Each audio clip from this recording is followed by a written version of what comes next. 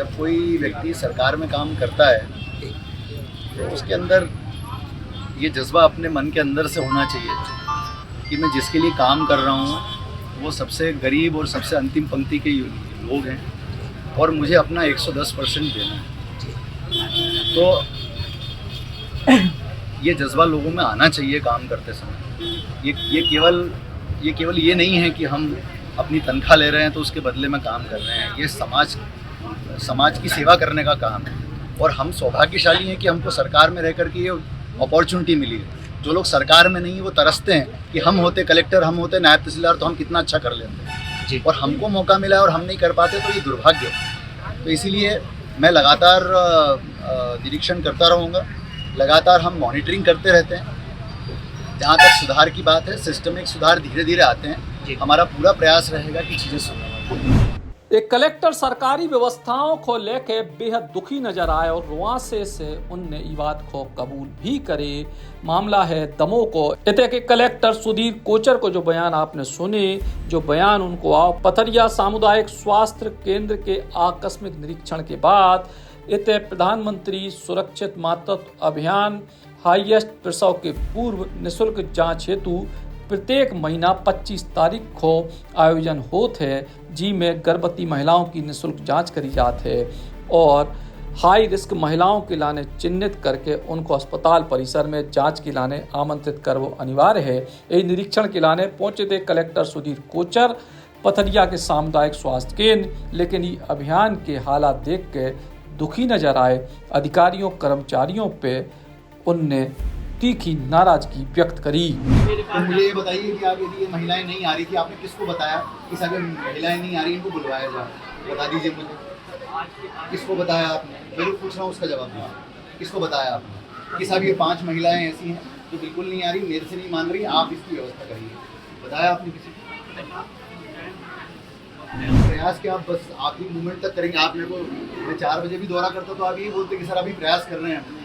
कोई मतलब नहीं, आप ये इतनी लंबी लंबी लिस्टें बनाते हो और यदि यही महिलाएं नहीं आएंगी तो शिविर का मतलब क्या है? ये मातृत्व सुरक्षा अभियान के अंतर्गत आज जो हाई रिस्क गर्भवती महिलाएं हैं, आज उनका ANC होना था, चेकिंग वगैरह का शिविर आज 25 तारीख को रहता है। तो वो देखने के लिए मैं पथरिया आया था। यहाँ पर मैंने सारी व्यवस्थाएं देखी, जनरल वार्ड और प्रसूति कक्ष से लेकर के और महिलाओं को मातृत्व सुरक्षा योजना के अंतर्गत जो पूरा इनका प्रोटोकॉल है उसके अंतर्गत मैंने व्यवस्थाएं देखी। मैं बहुत ज़्यादा संतुष्ट नहीं हूँ व्यवस्थाओं से और मैंने निर्देश दिए हैं कि पहली चीज़ जो मुझे कमी लगी है कि जितनी महिलाओं को आना था वो महिलाएं नहीं आ पाई।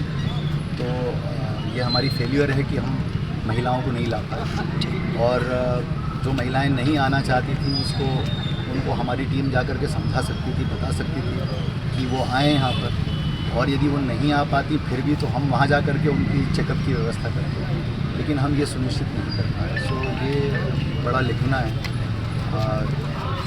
जो कि दिखाई देता है।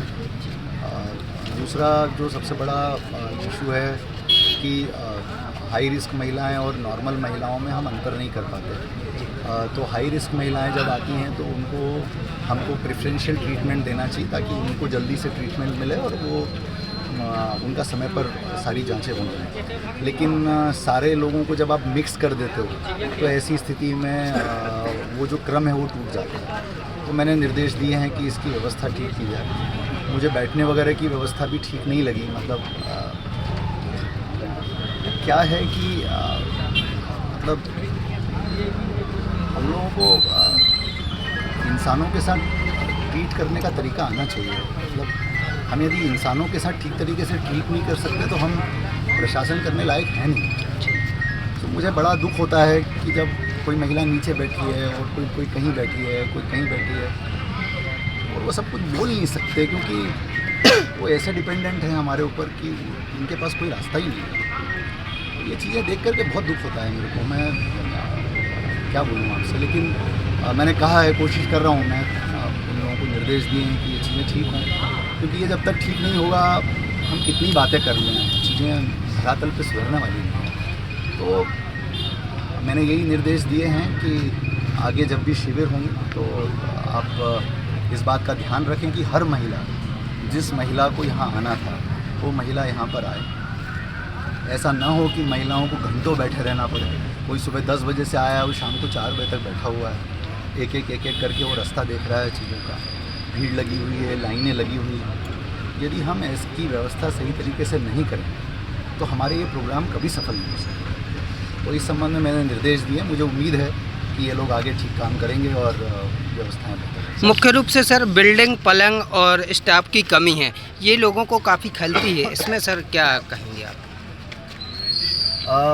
मुझे बताया गया है कि 30 बिस्तरी अस्पताल तो है, लेकिन इसमें से 10 बिस्तर एनआरसी के लिए चले गए हैं। जब मैंने पता किया तो एनआरसी के बारे में भी लोगों ने कहा कि वो बिस्तर भी लगातार ऑक्यूपाइड रहते हैं। तो ये देखने में आया कि जनरल बेड के लिए केवल 5 ही बिस्तर बचे हैं। जी, ये स्थिति ठीक नहीं है। इस पे हमको काम करना पड़ेगा और मैं जा कर के इसमें देखता हूँ कि क्या हम बेहतर व्यवस्था कर सकते हैं जिससे एनआरसी और बाकी चीज़ें भी डिस्टर्ब ना हो और हमारे जनरल वार्ड के जो पेशेंट्स हैं उनको ज़मीन पर लेट करके इलाज ना कराना पड़े और उनको कोई परेशानी ना आए। जहाँ तक स्टाफ का सवाल है, स्टाफ के लिए हमारी समस्या ये है कि जो पैरामेडिकल और मेडिकल स्टाफ है वो सरकार से ही आता है।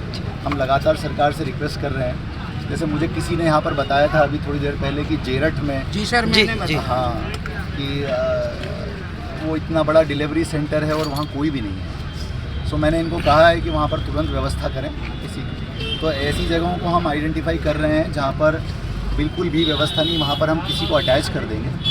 और बाकी चीज़ों के लिए हम सरकार से लगातार रिक्वेस्ट कर रहे हैं कि लोगों की व्यवस्था दें। सर सोनोग्राफी का भी है। यस, मैंने इनसे कहा है कि मुझे ये प्रस्ताव दिखाएं सोनोग्राफी का, क्या भेजा है इन्होंने, फिर मैं राज्य शासन में बात करता हूँ। क्योंकि क्या है, सोनोग्राफी एक कंपोजिट यूनिट है, मतलब उसके लिए उपकरण के साथ साथ एक डॉक्टर का होना भी ज़रूरी है, नहीं तो केवल सोनोग्राफी मशीन किसी काम की नहीं है। और इसके अलावा एक वो डेंटल एक्सरे की मशीन है जो कि मुझे ध्यान में लाया गया कि वो काफ़ी दिनों से ख़राब स्थिति, अनयूज्ड स्थिति में पड़ी है। तो इन्होंने मुझे बताया डॉक्टर साहब ने कि वो मंडे से वो शिफ्ट कर रहे हैं उसको, मंडे से वो ऑपरेशनल हो जाएगा। जब कलेक्टर ने मरीजों और उनके परिजनों से संवाद करे सो उनके हाव भाव और विचार सुन के भी कलेक्टर तकलीफ में नजर आए और सीधे तौर पे उनने चेतावनी दी कि सुधार लो अपनी व्यवस्थाएं। पथरिया से आफ्ताब खान, बुंदेली पहुंचा खिलाने। Shri Krishna university Chhatarpur, the hitech university in central India. Bundelkhand के लिए गौरव की बात है कि अब छतरपुर में हम आपको देंगे विश्व स्तरीय एजुकेशन सिस्टम और वर्ल्ड क्लास इंफ्रास्ट्रक्चर। कोरोना जैसी महामारी के दौर में अब महानगरों की भीड़ भाड़, अत्यधिक खर्च से बचे तथा अपने घर एवं अपने शहर में रहकर ही विश्व स्तरीय रोजगार उन्मुखी शिक्षा को प्राप्त करें और महानगरों में होने वाली परेशानी से बचे। क्योंकि कोरोना ने हमें सिखा दिया है कि हम महानगरों में सुरक्षित हैं या अपने शहर और घर में। इसीलिए श्री कृष्णा विश्वविद्यालय आपको देगा राष्ट्रीय शिक्षा नीति 2020 के अनुसार तैयार पाठ्यक्रम और कोर्स में प्रवेश के अवसर।